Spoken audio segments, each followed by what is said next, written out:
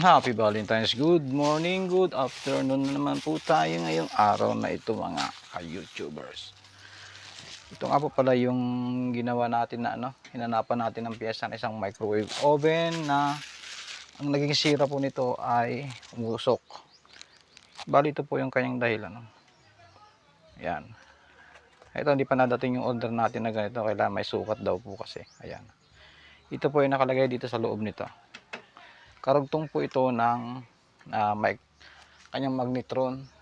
Itong magnetron cap po ito. Bali nabili po natin sa junk shop na rin po tayo nakabili. Ito pa yung magnetron cap. Ito pa yung dati, yung nasunog. Ayan, umuusok po siya pag inuun natin maandar. So ito na muna ang ating pagaganahin. Yan, ito po yung kanyang magnetron cap na pinalitan natin. Bali surplus na rin po ito. Yan, sira na po yung magnetron ng pinagkuhanan natin. Yan. Yan. Bali nahingi na lang po natin ito. So, ang pagkakabit po nito ay ganun pa rin po sa dati. Ito. Papasok po natin yan. Walang may iba dyan. May guide naman po siya. Yan. Tapos, ito.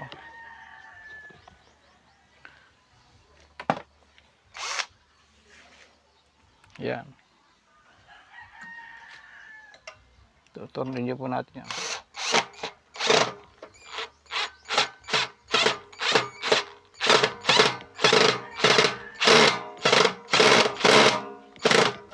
Yun.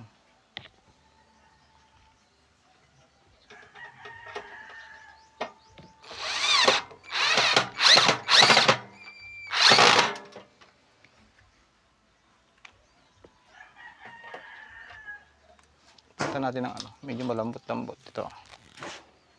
Yan lang po ang pagkakabit niyan. Kasi kung ano po yung dating tinanggal natin, kung ano yung tinanggal natin, yun din po ang ikakabit natin. Yan. Tapos,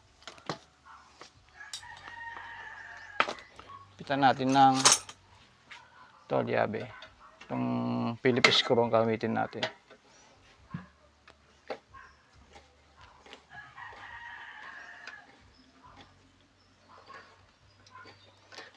Yun. Tapos yung kabila po, kailangan po dito ay mahigpit. Yun. Yun. Tapos po ito, may dalawang wire po dyan sa taas niyan. Ito. Kakabit din kung ano yung tsura ng tinanggal natin, yun pa rin po. Yan. Walang mabago. Tapos ito po nga pala ay mayroon po ditong dalawang wire. Ito. Ilalagay po natin dito.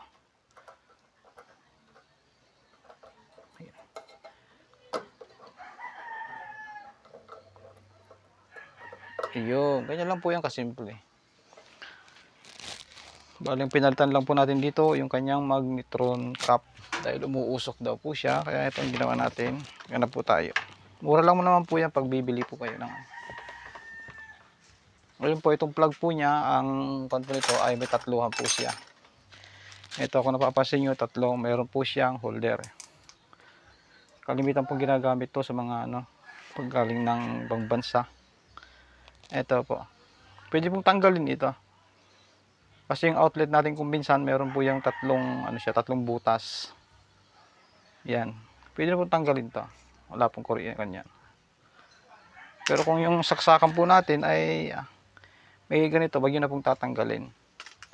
Pakikita ko po sa inyo.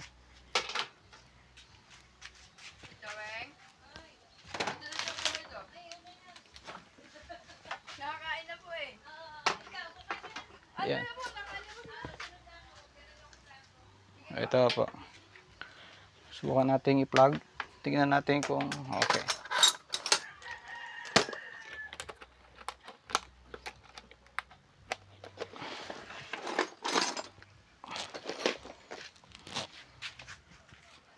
Ayun po ay ating testingin kung okay po ito. Kung iinit o kaya ay lalamig.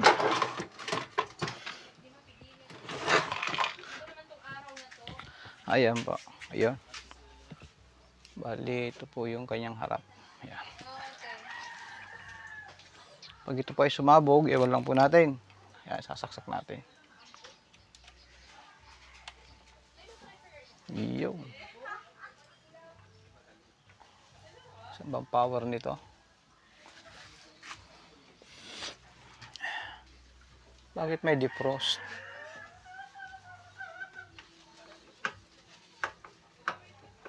Yun, walang power. So, pag walang power, test natin yung kanyang fuse. Gamitan natin ito ngayon ng fuse. Gamitan natin ito ng tester. Ha? Ay, ala, ay busog na eh. Yun lang. Hiniram yung ating tawag dito. Hiniram, hindi binalik. Ito nga ba sinasabi ko eh. Ay, nakaw. Hiniram yung ating tester, hindi na binalik. Ayan. Bitin na naman.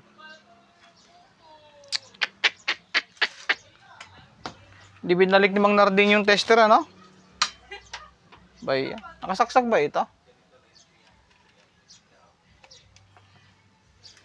Bay, hindi makapaggawa na naman. Hindi binalik eh. Uy, nakaw.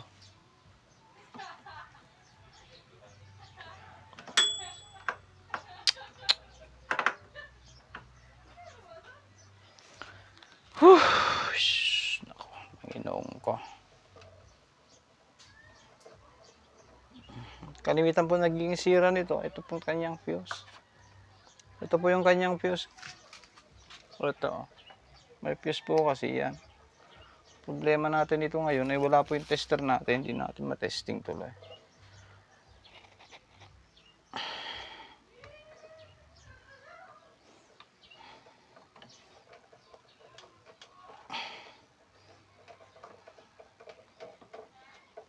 Yun, tanggal natin. Bali ito nga pala yung kanyang fuse.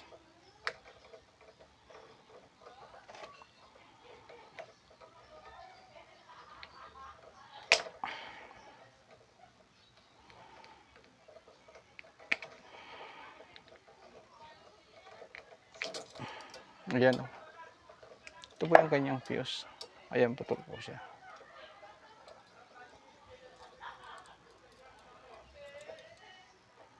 Ayan. Ito o.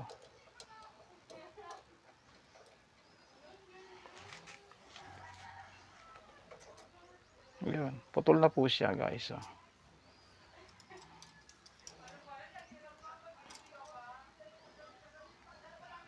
So, try nating ito.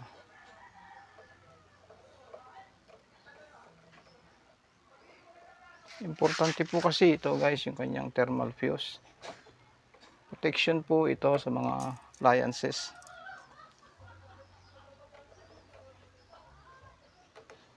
Yun.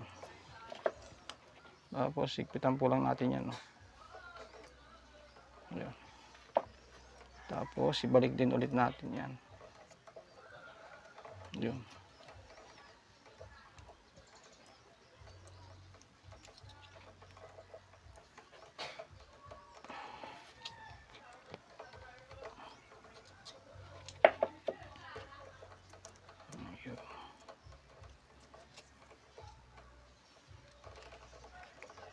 Kasi babalik ulit natin doon.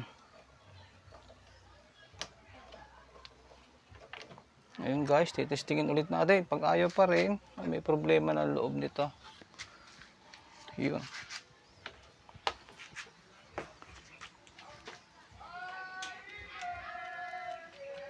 Oh guys, so ito. Ito yung sinasabi ko. Wala ulit. Mahirap paggawa eh. Pag walang tester.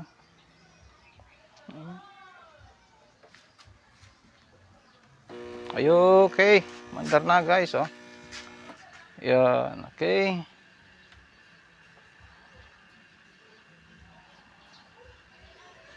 Mandar na. Kita nyo? Yun. Okay, salamat.